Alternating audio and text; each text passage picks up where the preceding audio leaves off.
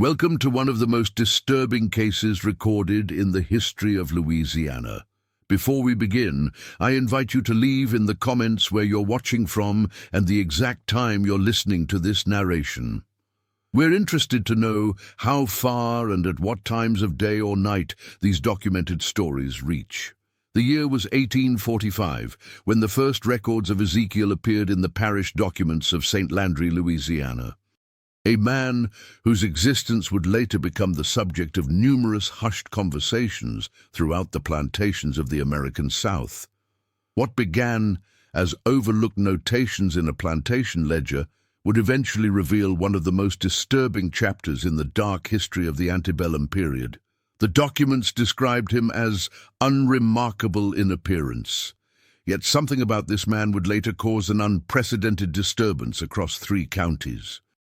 The official record states he was purchased for a sum far below market value, due to what the auctioneer noted as a lack of desirable physical attributes. Yet within 6 months of his arrival at the Willoughby plantation, something changed. Something that no one could quite explain. The Willoughby estate stood approximately 12 miles east of Opelousas, surrounded by sprawling fields of cotton and sugarcane that stretched toward the horizon like an ocean of forced labor. The main house was constructed in the year 1823, a grand structure with 14 rooms, white columns, and a reputation for being unusually quiet, despite housing over 100 enslaved people in the adjacent quarters. Augustus Willoughby, a third-generation plantation owner, ran his operation with what neighboring landowners described as methodical precision. His wife, Margaret, was rarely seen in public. Their 2 daughters had both married into prominent families in New Orleans, visiting only during Christmas and occasionally in the spring. The estate's daily management fell to an overseer named Jeremiah Poulter, whose meticulous records would later become central to understanding what transpired on the property. According to parish records and the few surviving pages of Poulter's logbooks, the day Ezekiel arrived was unseasonably cold for April. The purchase document indicates Willoughby had not intended to buy any additional workers that month. His attendance at the auction was described by witnesses as circumstantial after a meeting with his banker regarding crop projections for the season. The transaction was recorded as almost an afterthought, with Ezekiel listed last among the day's purchases at a price significantly below others of similar age and physical condition. The first unusual notation appears in Poulter's records approximately 2 months after Ezekiel's arrival. A brief entry reads, "The new man E, assigned to field rotation, shows unexpected aptitude for repair work. Reassigned to maintenance of quarters."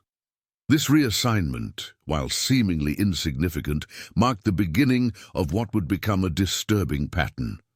Within weeks, Ezekiel had been moved again, this time to household duties, an extremely unusual position for a male worker who had initially been purchased for field labor. What makes this case particularly unsettling is not the reassignments themselves, but rather what plantation correspondence reveals happened afterward. Letters between Margaret Willoughby and her sister in Charleston mention a peculiar atmosphere that had developed in the house. In one letter dated July 3, 1845, Margaret writes, "There is something about the new house servant that creates an unusual stillness when he enters a room. Augustus insists he is exceptionally efficient, though I find myself uncomfortable in his presence for reasons I cannot articulate. Even Poulter seems affected by some quality about him that defies explanation." By September of that same year, Poulter's logbook shows that requests to borrow Ezekiel for work at neighboring plantations had become surprisingly frequent. The Belmont plantation, owned by the Claiborne family, appears most often in these requests, with Mrs. Eleanor Claiborne personally signing the loan documents on 4 separate occasions. What services he provided were never explicitly stated in the records, only that his presence was required for household matters. The winter of 1845 brought with it an unexpected development. Augustus Willoughby's annual inventory, preserved in the Louisiana State Archives, shows Ezekiel's assessed value had increased by nearly 300%. No explanation for this dramatic revaluation was provided in the documentation. However, parish records indicate Willoughby began receiving offers to purchase Ezekiel at sums that far exceeded typical market rates for even the most skilled workers. All these offers were declined. By early 1846, a pattern emerges in the documentation that historians find deeply disturbing. Female members of prominent plantation families throughout the region began to appear at the Willoughby estate with unusual frequency.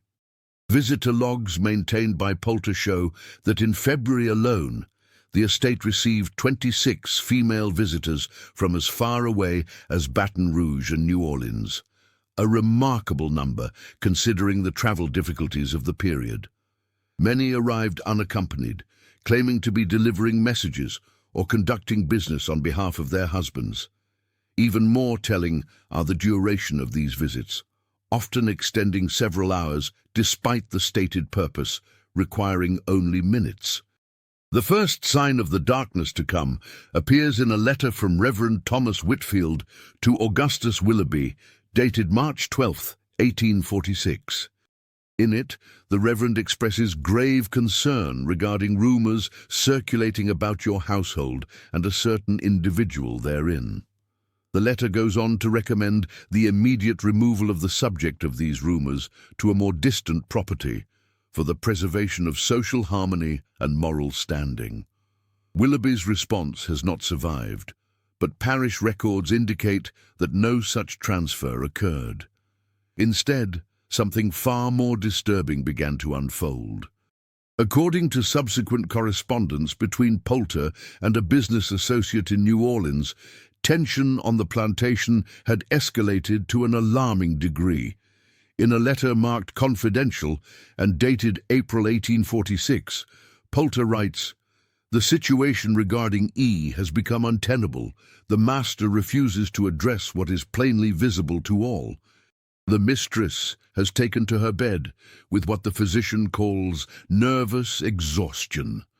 Most troubling are the increasingly frequent visits from neighboring plantations, particularly by the wives and daughters of men with whom the master conducts business. I fear the consequences should this continue unchecked." What exactly was happening at the Willoughby plantation? The historical record becomes deliberately vague, as was often the case when matters threatened the carefully maintained social order. What we do know comes from fragments of personal diaries, church records, and the minutes of a hastily convened meeting of plantation owners from throughout St. Landry Parish in May 1846. According to these documents, something about Ezekiel had created what one diary described as a disturbing fixation among the women of the planter class. The diarist, Elizabeth Holcomb, wife of a neighboring plantation owner, wrote, "They speak of him in whispers, these women who have never before acknowledged the humanity of those they own. Something has changed in their eyes when his name is mentioned. It is as though he possesses some quality that reveals the hypocrisy of our entire social order. This revelation terrifies and attracts them in equal measure." The minutes from the plantation owners' meeting, preserved in the private collection of the Fontenot family, reveal the growing panic among the men of the parish. While carefully avoiding explicit language, the document refers repeatedly to the moral threat posed by the Willoughby servant and the unprecedented disruption to household harmony throughout the region. A resolution was passed demanding Willoughby sell the man in question to a buyer in Texas or face social and economic ostracism. Willoughby's refusal is documented in a terse reply, "What you fear is merely the reflection of your own moral failings.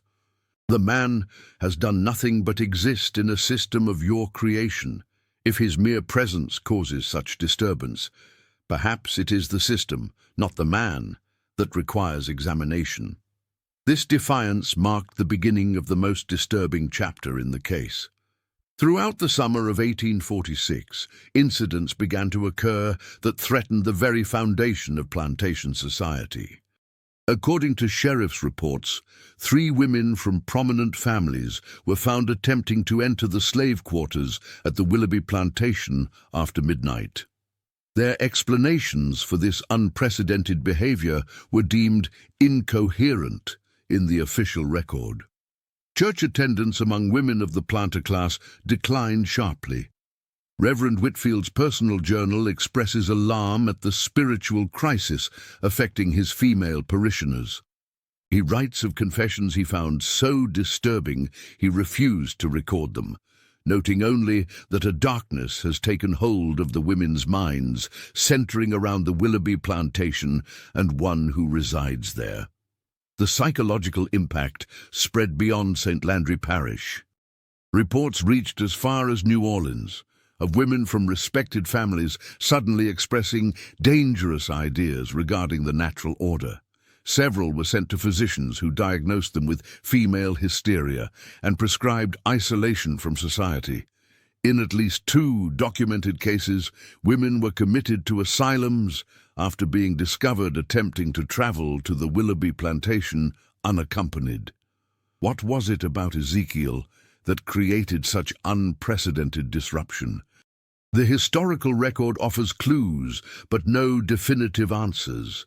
Those who encountered him described not physical beauty, but something more unsettling, a presence that one observer called a mirror reflecting back the contradiction at the heart of our society. He reportedly spoke rarely but with unusual clarity and insight when he did. Multiple accounts mention his eyes as unsettlingly perceptive, giving the impression he could see through the elaborate social pretenses of plantation society. By August 1846, the situation had reached a breaking point. Augustus Willoughby, once a respected figure in Louisiana society, found himself increasingly isolated. Business partners severed ties.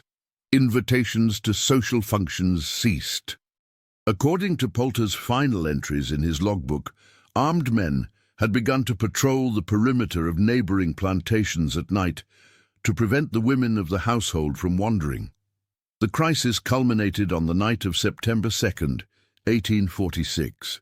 The events of that night were deliberately obscured in official records, but what can be pieced together from various sources suggests something extraordinary occurred.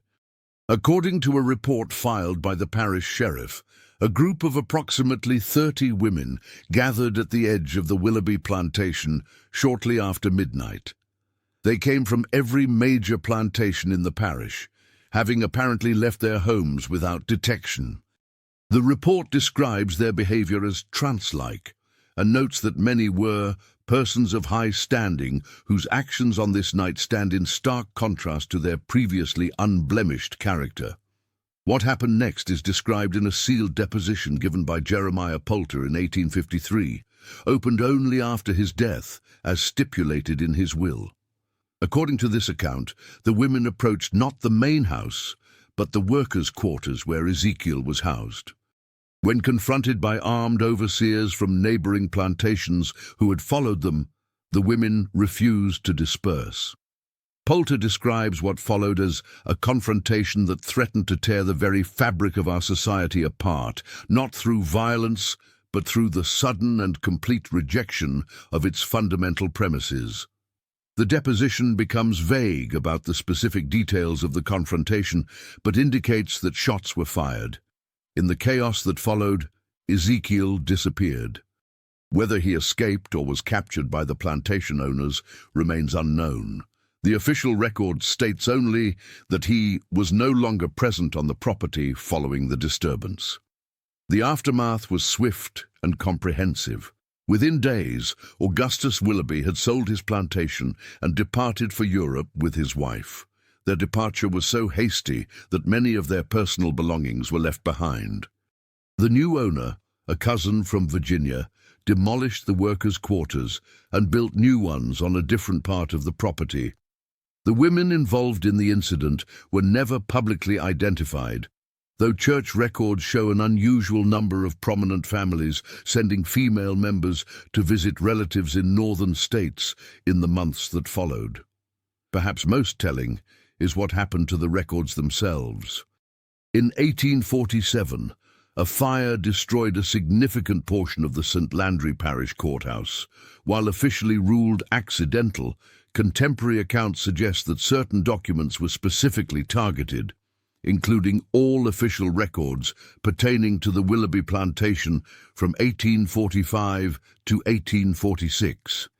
Poulter's logbooks disappeared from public access until 1893, when they were discovered in the attic of a boarding house in New Orleans, where he had spent his final years. The story of Ezekiel might have been completely lost to history if not for a series of letters discovered during renovations to the former Claiborne plantation in 1962. Hidden within a sealed compartment in Eleanor Claiborne's writing desk were 12 letters, their contents so disturbing that the renovation worker who discovered them immediately contacted Tulane University rather than local authorities. The letters, now held in Tulane's restricted collection, appear to be written to Ezekiel himself, though there is no evidence they were ever delivered. Their contents reveal not a physical obsession, as plantation owners had feared, but something far more threatening to the established order, an awakening. In perhaps the most revealing passage, Eleanor Claiborne writes, "In your presence, the lie we have all lived becomes impossible to maintain. You have shown us not through words, but through mere existence, that what we have built rests entirely on falsehoods we tell ourselves. Having seen this truth, we cannot return to comfortable blindness. What became of Ezekiel after that September night?" The historical record offers tantalizingly incomplete answers. Reports of an unusually articulate man matching his description appear in Underground Railroad documents from Mississippi in 1847. A deposition given by a Union soldier during the Civil War mentions a legend among formerly enslaved people about a man who broke the spell of the South not through rebellion, but by reflecting back to its women the truth of what they had become. Perhaps the most intriguing clue comes from a journal discovered in a Chicago attic in 1959. Written by a woman who identified herself only as formerly of Louisiana, it describes her journey north in 1848 and mentions encountering the man whose existence revealed the moral bankruptcy of everything I had been raised to believe. She writes, "They called him ugly only because they feared the truth he embodied. They desired not his person, but the freedom he somehow maintained within himself, despite everything taken from him. That inner liberty, once glimpsed, made our gilded cage unbearable." The journal's final entry regarding Ezekiel states, "They will say he bewitched us, that he possessed some unnatural power. They cannot admit the simpler truth, that he merely existed authentically in a world built on artifice, and in doing so showed us the prison we had built around ourselves. For that unforgivable revelation, the men would destroy him if they could. But some truths, once seen, cannot be unseen. Some doors, once opened, cannot be closed. The Willoughby plantation was eventually divided and sold off in parcels following the Civil War. The main house burned to the ground in 1883. Today, nothing remains of the original structures. A historical marker erected in 1978 makes no mention of the events of 1846, noting only that the site was once home to one of the largest agricultural operations in the parish. Historians studying this case have noted its profound implications for understanding the psychological underpinnings of the plantation system. The threat Ezekiel posed was not physical, but existential, a living contradiction to the mythology that sustained slavery and the social hierarchy built upon it. Through his unexplained influence, he exposed how the system corrupted not only the enslaved, but also those who believed themselves to be its beneficiaries. The story of Ezekiel reminds us that sometimes the most profound horror lies not in physical violence, but in the moment when a carefully maintained illusion collapses, forcing those who lived within it to confront the moral void at its center. For the women of St. Landry Parish in 1846, that confrontation changed them in ways their society could neither accept nor understand. In the decades that followed, several women who had been present that September night became quiet supporters of abolition. Their contributions were made anonymously through northern contacts, their identities protected by the same social code that had once imprisoned them. As one wrote in an unsigned letter to an abolitionist publication in 1852, "I was not freed by him. Rather, in his presence, I could no longer deny my role as both victim and perpetrator in a system built on lies.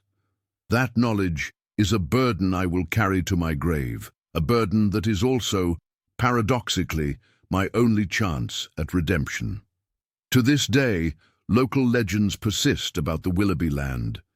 Residents report an unusual feeling of clarity when passing the former plantation grounds, what one described as a sudden lifting of a veil you didn't know was there. Others speak of vivid dreams after visiting the site, dreams in which they see themselves and their society as they truly are, stripped of comforting illusions. Perhaps that is Ezekiel's true legacy, not the brief disruption he caused to the social order of antebellum Louisiana, but the reminder that sometimes the most terrifying truth is the one that reveals who we really are.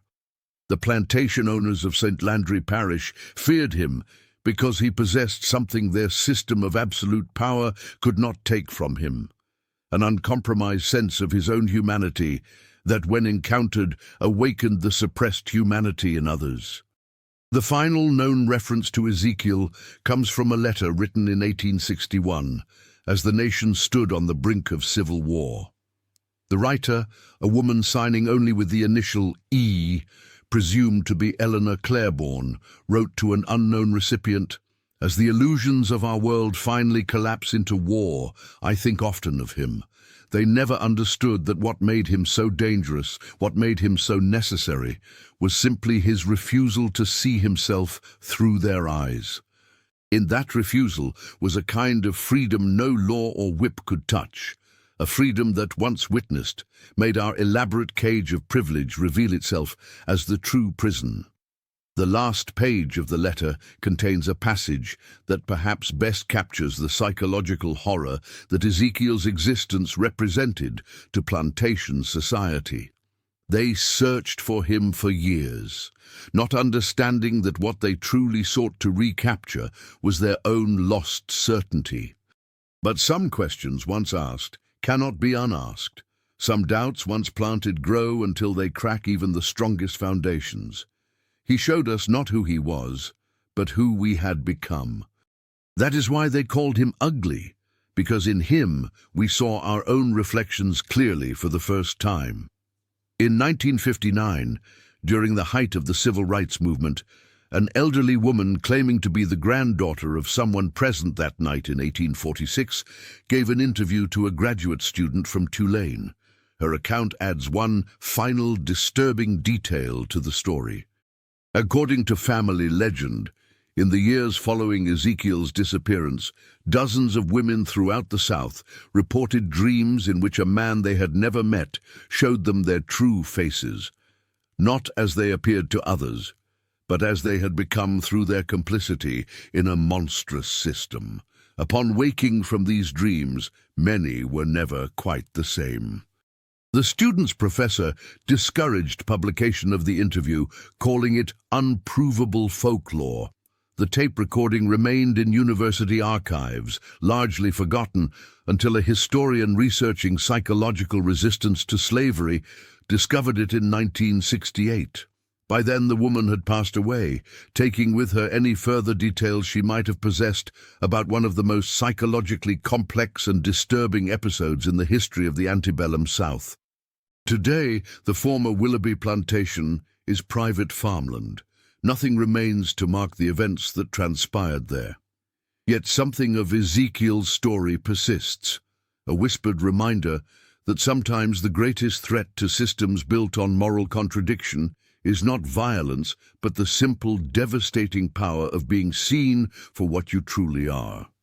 As one Louisiana folklorist noted in 1965, "The ghost that haunts the South is not the specter of defeat or lost grandeur. It is the memory of a moment when the elaborate justifications for an unjust system suddenly failed, revealing the moral void at its center. That moment of clarity, that is the true haunting from which we have never fully recovered." Perhaps the most unsettling aspect of Ezekiel's story is how thoroughly it was erased from official history. This erasure itself speaks volumes about the threat his existence posed, not to physical safety, but to the psychological foundation upon which an entire society was built. Archaeologist Dr. Marion Thibodeau, who conducted a survey of the former Willoughby property in 1964, noted in her field journal, "The absence here is palpable. It's as if something was deliberately removed from the historical record, leaving a negative space that reveals more than what was preserved." The few remaining primary sources suggest that in the months following Ezekiel's disappearance, a kind of collective silence descended upon St. Landry Parish. Correspondence between plantation owners during this period avoids any direct mention of the events of September 1846, referring only to the unfortunate incident or the matter which has been resolved. This deliberate obscuring of history reflects what historian Dr. James Whitaker describes as the particular horror of confronting a truth that undermines one's entire worldview, a psychological trauma from which many never recovered. Parish records from 1847 show an unusual pattern of property sales and relocations. Within 8 months of the incident, 11 plantation-owning families had either sold their holdings or transferred management to male relatives while relocating elsewhere. The official explanations ranged from health concerns to business opportunities in other states, but the timing suggests a deeper motivation. As one letter from the period obliquely states, some places become uninhabitable not through any physical change, but because one can no longer bear to look in the mirror each morning. The psychological aftermath extended far beyond those directly involved. Church attendance throughout the region showed a marked decline that puzzled religious leaders. Reverend Whitfield's correspondence with the diocese in New Orleans expresses concern about what he terms a crisis of faith that has taken hold among the women of my congregation. He describes confessionals in which women no longer sought absolution for individual sins, but instead questioned the moral foundation of their entire society. "They ask questions no one has prepared me to answer," he writes, "about complicity and blindness, and what it means to benefit from a system one knows in one's heart to be fundamentally corrupt." The psychological impact on the enslaved community was equally profound, though deliberately left unrecorded by those who controlled the written narrative. Fragments of oral histories collected by WPA workers in the 1930s offer glimpses of how Ezekiel's story spread through whispered tellings. One account from Martha Johnson, born into slavery on a neighboring plantation, recalls, "My grandmother told me about a man who could make the mistress see herself truly, not through magic, but through dignity they couldn't break. After he disappeared, the way the white women looked at themselves, and at us, was never quite the same. Something had broken in them." The historical record becomes more substantial regarding the search for Ezekiel that continued for years after his disappearance.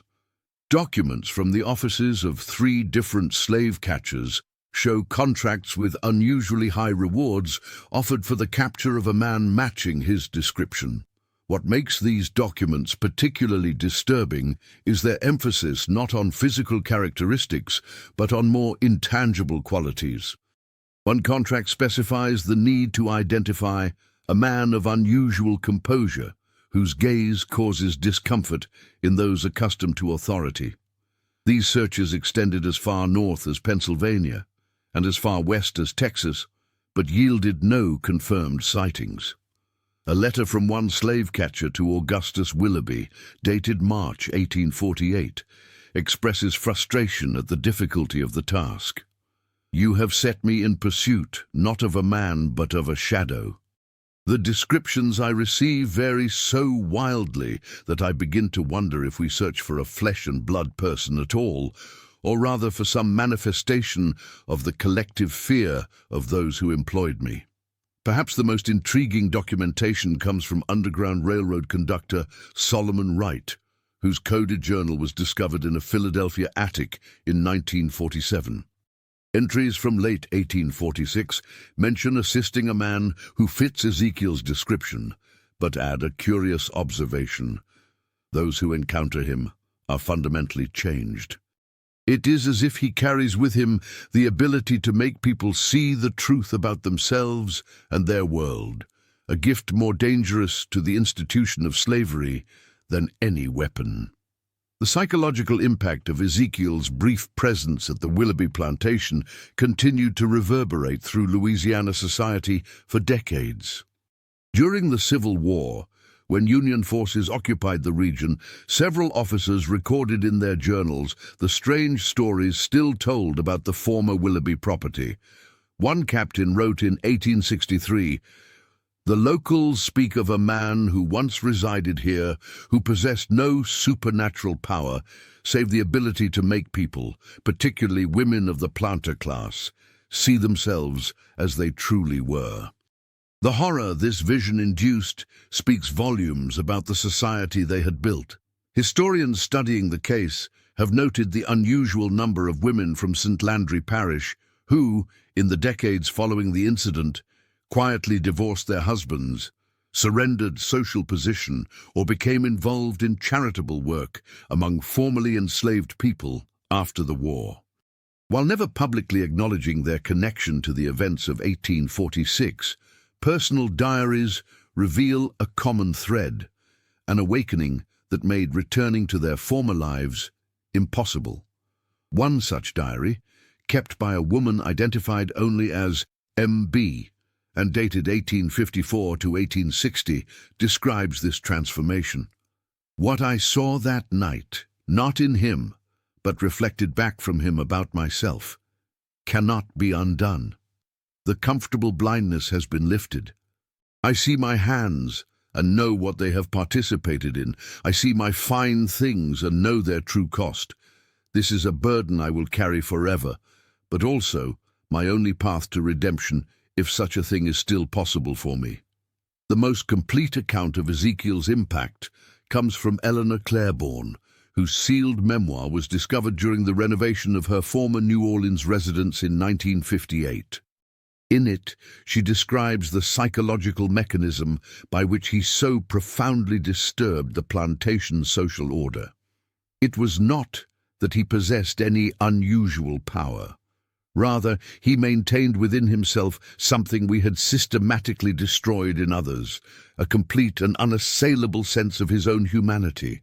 In his eyes, I saw myself reflected not as I wished to be seen, but as I truly was. That vision was unbearable precisely because it was undeniable. She goes on to describe the night of September 2nd, 1846, in terms that historians have found particularly valuable for understanding the psychological dimensions of the case. "We gathered not out of some unnatural compulsion, but because we had individually reached the same unbearable realization that our lives were built on a foundation of moral corruption we could no longer deny." His presence had not created this knowledge, but merely made it impossible to suppress any longer. What the men feared was not that he would incite violence, but that he would make the elaborate fiction of our society impossible to maintain. The events of that night remain shrouded in deliberate obscurity. What is clear from the fragmented accounts is that shots were fired, though by whom and with what result varies across sources. What happened to Ezekiel in the chaos that followed has been the subject of intense historical debate. The official narrative, propagated by plantation owners, claimed he was killed while attempting to escape, a convenient conclusion that would have restored the social order. However, no body was ever produced, and multiple contradictory accounts emerged from the same night. Eleanor Claiborne's memoir offers perhaps the most tantalizing suggestion. What they could not understand was that he had already achieved something no bullet could undo. The truth, once seen, could not be unseen. The question that had been asked could not be unasked. They might remove the man, but the mirror he had held up remained, reflecting back our true faces whenever we dared to look. The historical record contains one final, extraordinary document related to the case. In 1887, a letter was delivered to the Louisiana Historical Society from a man claiming to be Ezekiel himself, then living in Chicago under another name. The letter, verified by handwriting experts as consistent with the few known samples of his writing from Poulter's records, offers a perspective on the events that unfolded at the Willoughby plantation.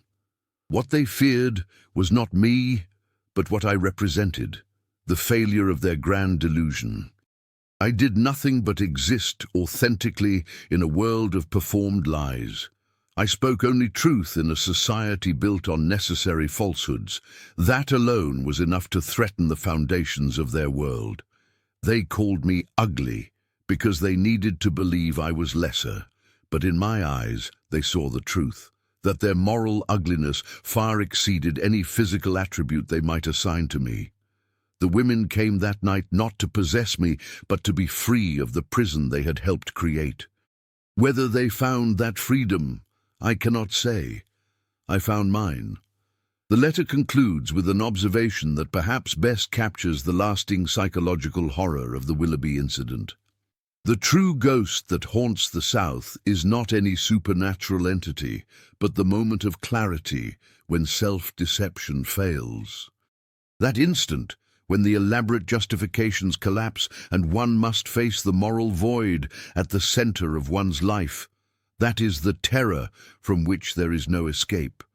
Psychological studies of the plantation system conducted in the late 20th century have used the Ezekiel case to illustrate how systems of oppression damage not only the oppressed, but also the oppressors themselves.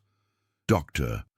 Elaine Richardson's 1983 analysis, The Psychological Architecture of Slavery, describes what she terms the Willoughby phenomenon, the moment when a carefully constructed worldview collapses under the weight of its own moral contradictions. What made Ezekiel so dangerous, she writes, was not any action he took, but his very existence as a complete human being who could not be reduced to the category assigned to him. By maintaining his essential humanity in a system designed to strip it away, he created a cognitive dissonance that those around him could resolve only through profound psychological crisis. The former Willoughby plantation changed hands numerous times in the decades following the Civil War. By 1920, the main house had fallen into disrepair and was eventually demolished. The land was divided and sold to various farmers, none of whom were aware of its historical significance. Archaeological surveys conducted in the 1960s found few remaining physical traces of the original structures. Time and deliberate erasure had removed almost all evidence of what had occurred there, yet something of the story persisted in local memory. Residents reported unusual sensations when passing certain portions of the former plantation grounds. One farmer who purchased 20 acres of the original property in 1942 told an interviewer, "There's a spot down by the old creek bed where the feeling changes. It's like walking from a dim room into sudden brightness.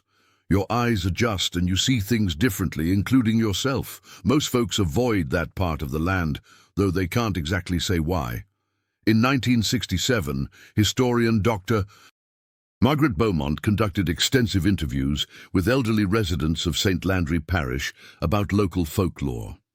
Multiple respondents mentioned stories passed down about the man who made the plantation, ladies see themselves truly, or the slave who couldn't be broken because he carried freedom inside himself.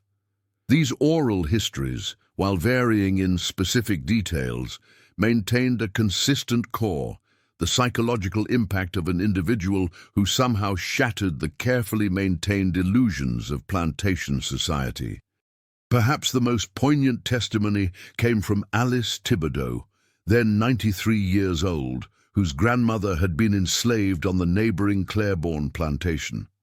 According to family stories passed down through generations, in the days following Ezekiel's disappearance, the enslaved community experienced a subtle but significant shift in how they were treated, particularly by the women of the planter class.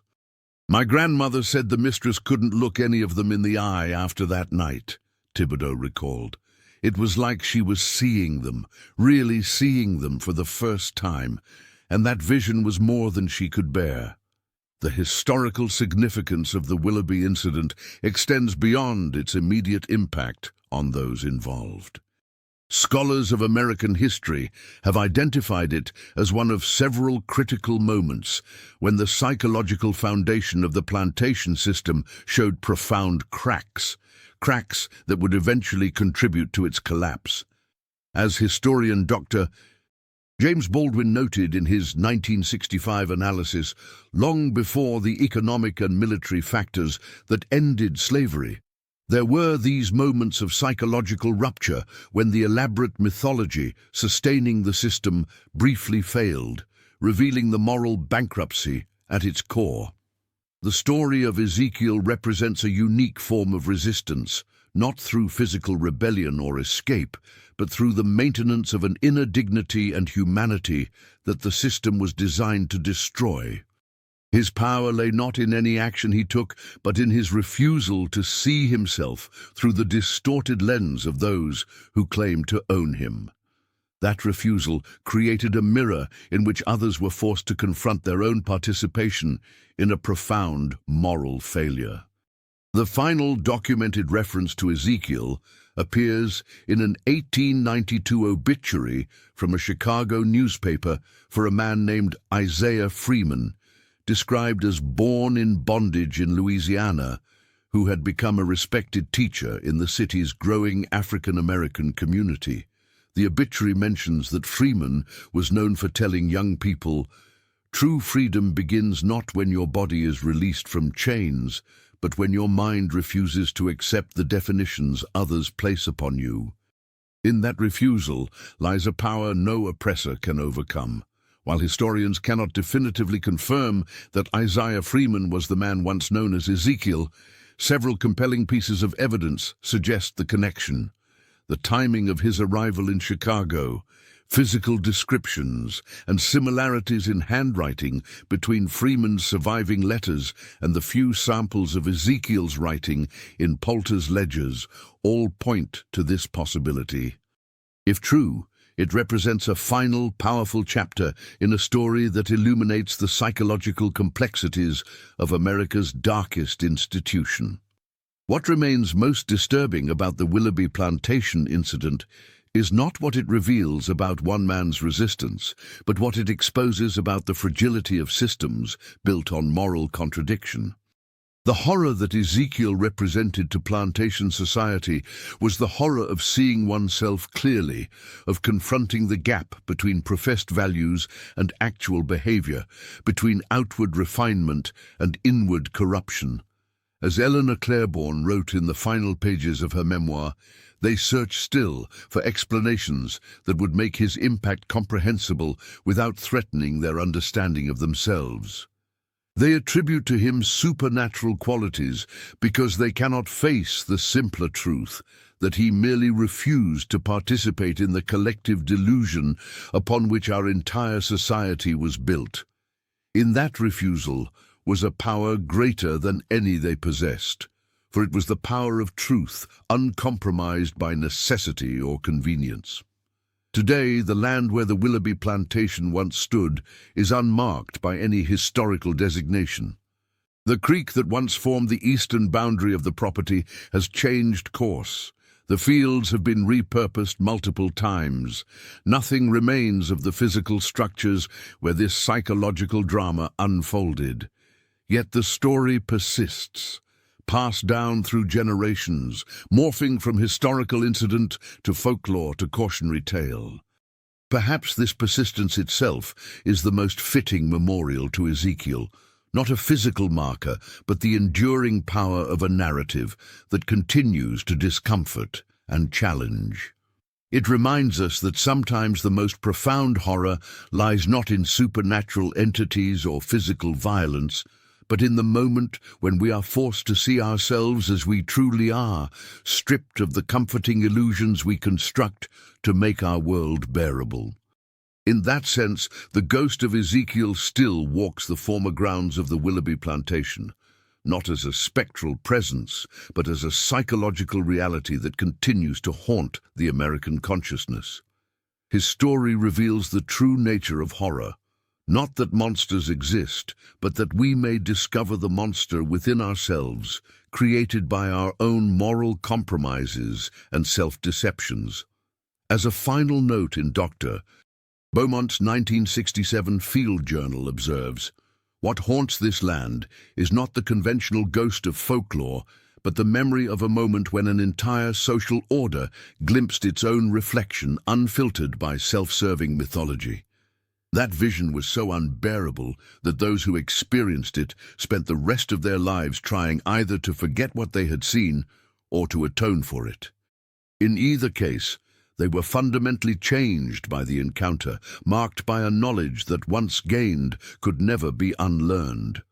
Perhaps that is Ezekiel's true legacy, not as a figure of supernatural influence, but as a catalyst for the most terrifying human experience of all. The moment when the comfortable lies we tell ourselves fall away, and we stand exposed before the unforgiving mirror of truth. In that reflection lies a horror more profound than any ghost story, for it shows us not what we fear might exist, but what we know in our hearts already does.